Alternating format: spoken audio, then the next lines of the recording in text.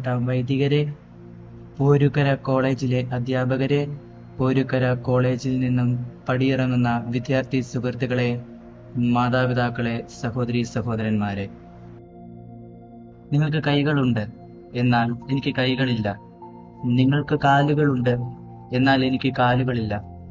നിങ്ങൾക്ക് അപ്പനുണ്ട്, അമ്മയുണ്ട്, എന്നാൽ എനിക്ക് അപ്പനും അമ്മയും ഇല്ല. ഒരുപക്ഷെ വല്ല നായ്ക്കളോ മറ്റു മൃഗങ്ങളോ ഒരു നേരത്തെ ഭക്ഷണത്തിനായി എന്നെ ഭക്ഷിച്ചേനെ. പക്ഷേ ദൈവം എന്നെ കൈവിട്ടില്ല. ദൈവത്തിന്റെ മാലാഖമാരായ സിസ്റ്റേഴ്സ് എന്നെ ഏറ്റെടുത്ത് സംരക്ഷിച്ചു. ആദ്യം കുന്നന്താനത്തുള്ള LSDP സഭാംഗമായ സിസ്റ്റർ ഡോക്ടർ മേരി ലിറ്റിയുടെ, എൻ്റെ ഭാഷയിൽ പറഞ്ഞാൽ എൻ്റെ ലിറ്റിയമ്മയുടെ സംരക്ഷണത്തിലും അവിടുത്തെ ചേച്ചിമാരുടെ സ്നേഹത്തിലും ഞാൻ കഴിഞ്ഞുകൂടി. ഇപ്പോൾ തള്ളകത്തുള്ള അമ്മ വീട്ടിൽ ബഹുമാനപ്പെട്ട സെബാസ്റ്റിനറ്റിന്റെ സംരക്ഷണത്തിൽ കഴിഞ്ഞുകൂടുന്നു. ഞാൻ Mannanam saint Ephraim's higher secondary സ്കൂളിൽ കൊമേഴ്സ് വിഭാഗം 2ാം വർഷ വിദ്യാർത്ഥിയാണ്.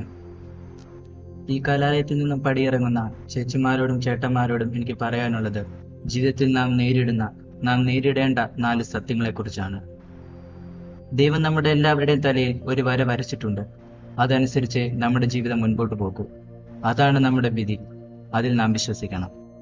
ഒന്നാമത്തെ സത്യം നമ്മുടെ ജനനമാണ്.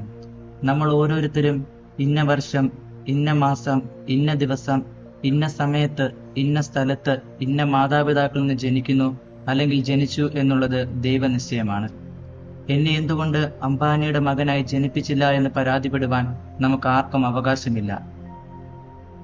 എന്നെ എന്തുകൊണ്ട് കൈയും കാലും ഇല്ലാത്തവനായി സൃഷ്ടിച്ചു എന്ന് പരാതിപ്പെടുവാൻ എനിക്ക് അവകാശമില്ല. കാരണം ഇതെന്റെ തലവരെയാണ്. ഇത് നാം സ്വീകരിക്കണം. രണ്ടാമത്തെ സത്യം നമ്മുടെ ജീവിതാന്തസ്സാണ്. നമ്മുടെ ജീവിതത്തിൽ നാം എങ്ങനെ ജീവിക്കണം, നമ്മുടെ ജീവിതത്തിൽ നാം എന്ത് ചെയ്ത് ജീവിക്കണം എന്നത് ദൈവനിശ്ചയമാണ്.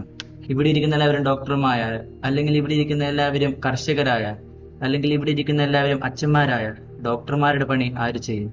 കർഷകരുടെ പണി ആര് ചെയ്യും? സമൂഹത്തിന്റെ ആവശ്യമനുസരിച്ച് ദൈവം ഓരോരുത്തർക്കും ഓരോ ജീവിതാന്തസ്സ് നൽകുന്നു. അത് നാം സ്വീകരിച്ചേ പറ്റൂ.